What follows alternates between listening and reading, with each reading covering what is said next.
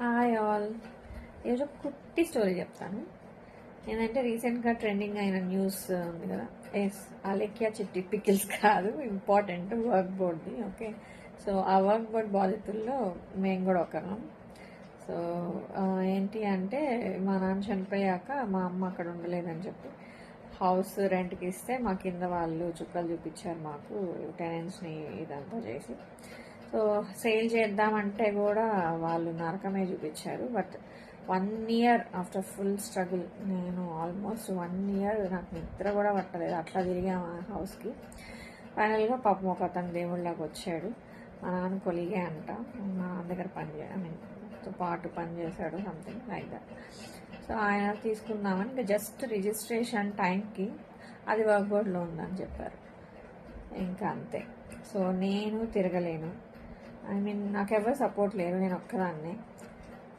మా అమ్మ అంతే. సో ఇద్దరం అంత నాలెడ్జ్ లేదు. సో ఎవరిని అడిగినా అక్కడికి వెళ్ళండి ఇక్కడికి వెళ్ళండి అంటున్నారు. ఇంకా మోస్ట్లీ అవ్వదు అనేసారు, చేతులు ఎత్తేసారు.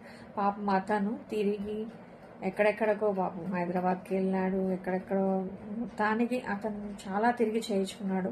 అదర్వైజ్ అతను నిజంగా దేవుడే.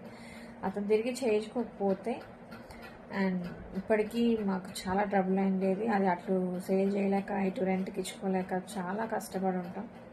మా నాన్న అంత కష్టపడి కట్టుకొని ఇష్టంగా చాలా ట్రబుల్ అయింది బికాస్ ఆఫ్ దిస్. సో అది నాకు అర్థం కాదు. చూస్తే మీద అయిపోతుందా? అదేదో సినిమాలో చెప్పినట్టు కంచూపు మేరలో మొత్తం నాదే ఆక్యుపై చేయండి అన్నట్టు, వాళ్ళు చూస్తే వాళ్ళది అయిపోతుందంట.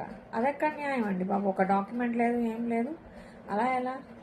మొత్తానికి ఫైనల్గా నాలాంటి బాధితులు ఎంతోమందికి రిలీఫ్ కలిగించింది government. Thank you so much for this government, for this bold step. Hats off. Thank you so much.